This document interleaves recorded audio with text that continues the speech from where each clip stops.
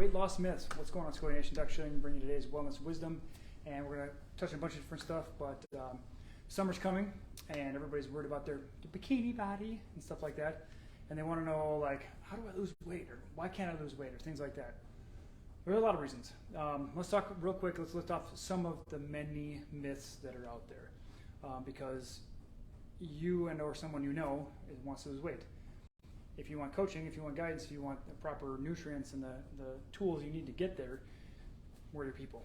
But when we get there, we'll get there. So cardio is key. Like, let's do more cardio, more chronic cardio. It doesn't work. It actually makes you more stressed, makes you gain more weight. Diet alone is going to do it. Thinking you can eat a fad diet of some sort, not going to do it.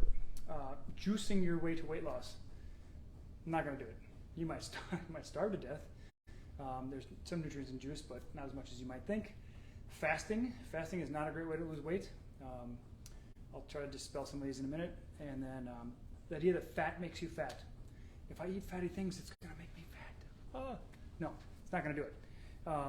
Skimping meals, skimping or skipping, whatever you want to call it, is going to cause you to lose weight faster. It's going to accelerate your weight loss. That's not true either. So in order to lose weight, you must have adequate digestive capacity and detoxification capacity.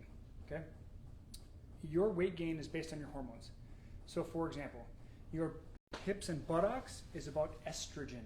Okay? For all you ladies, the men have estrogen too out there. Don't be thinking you don't have estrogen, boys. It's about joint satisfaction. Like, we're talking, I always talk about the neuroemotional stuff. I'm always going back there because I want you to understand how your brain and body are connected and how your hormones are connected to your brain. So joint satisfaction.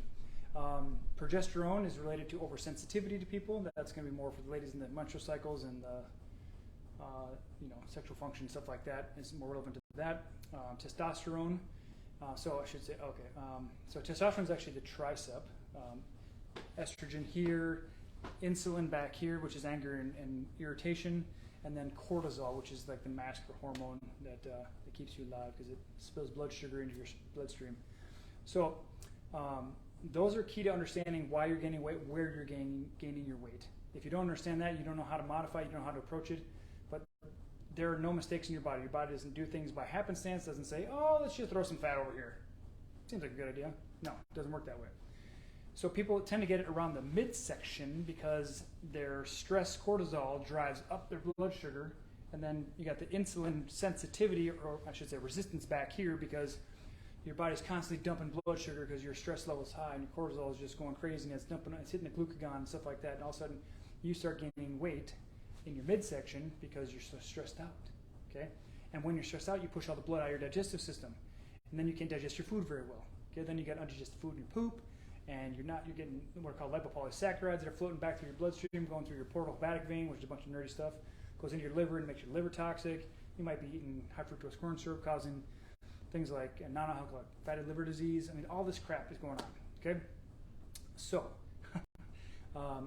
when you understand why you're gaining weight, because you're not detoxifying well, you're stressed to the max, and in turn your digestive system is just trashed, this is why you're gaining weight.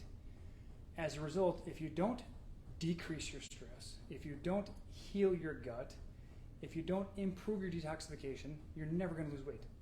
I don't care what fad diet you go on, unless you're starving yourself, and that's like the worst way, because skipping meals and doing fasting, stuff like that, you need adequate protein in your body to detoxify. There are nutrients, amino acids that come out of your protein that help you detoxify. You need protein. If you're going to lose weight, you got to eat protein. Average person, as a bare minimum, is like 1.6 grams per kilogram of body weight.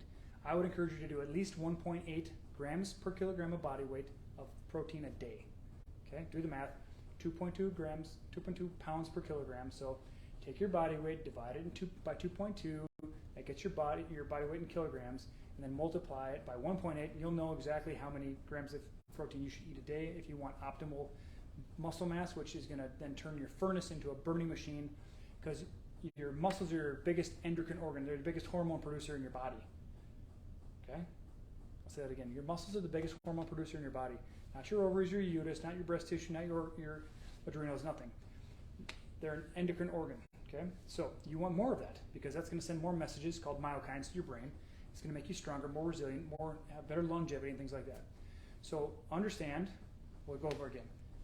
Estrogen, cortisol, insulin, testosterone. Progesterone doesn't have a specific one per se, but just lump it in with estrogen. It's kind of one of the reproductive hormones. So keeping that in mind, ditch the idea you got to do your chronic cardio. Like if you're gonna do cardio, do like a high intensive interval training. So 3-minute warm up, 30 seconds hard, 90 seconds calm. 30 hard, 90 calm. Like alternate 8 times, called Peak 8. I think it was popularized by Dr. McCullough or somebody like that. Maybe he found it and brought it to the masses. But Peak 8, like peak of the mountain, and then the number 8. So type that in your search bar. That's the only cardio I would do. It's called interval training, because if you watch a squirrel in nature, it doesn't like go jogging down the highway. You know, kids, you don't ever see a kid like, I'm going to go for a jog. No. They jump off the monkey bars, they run across the playground, jump up, they go up the slide backwards, and they're like, oh, that was fun, let's do it again. They pant, they stop, they breathe, and they kill again. So human beings, like, we don't chase animals, we don't go running through the forest, we're chasing animals. What do? We shoot it with a bow and arrow and then track it. And what do animals do? They run fast and stop, listen, watch, wait, and see, and then do it again. So if you're going to do cardio, do Peak 8 or high intensity interval training. If you're going to do weights, prioritize lower reps, more time under tension, more weights, if you will, more weight, and that's going to increase your muscle mass, which is going to increase your body's endocrine systems. Juicing can be good, but you want to drink it immediately after. Don't buy a bottle of juice from Whole Wallet or one of the juice places that's been on the shelf for 3, 4, 5, 6 weeks or days. The nutrition's gone, the benefit's gone. Fasting is only to be done by very, very healthy people who have very good detox pathways, who have very healthy adrenals and things like that. I know some of you are going to complain and say, I do really well on fasting. Well, you're not going to lose weight doing that, because your body needs different fuel for detoxification and for weight loss. So fat is your friend. Fat doesn't make you fat. It helps you. It's better energy than carbohydrates. In fact, there is zero metabolic demand or need for carbohydrates, because you're going to get half of your protein breaking down into glucose through the amino acid cycle and things like that. So you don't need to eat carbs, although you might like them. They're just not necessary for your life, because look at the Inuit Eskimos, they eat blubber and seal meat. Like, pretty sure there's no carbs in there. It's all fat and protein, unless they're maybe gnawing on a bone, I don't know. Stop skipping meals. It's not helping you. It's only making you more tired and more hangry and things like that. So on our next episode, we're going to talk about why we gain weight. Okay, what are the neuroemotional conflicts that we hold on to that I'm not going to get into them. Spoiler alert, I'm not going to go there. But we'll bring that to you on our next segment, so tune in. We love you, appreciate you. Share with a friend or family member. Post what you want to talk about below so we can serve you and your loved ones and give you the information you're desiring, so you have a deeper understanding of what's going on with your health and you can live your best life. All right, guys, have a great night. Bye.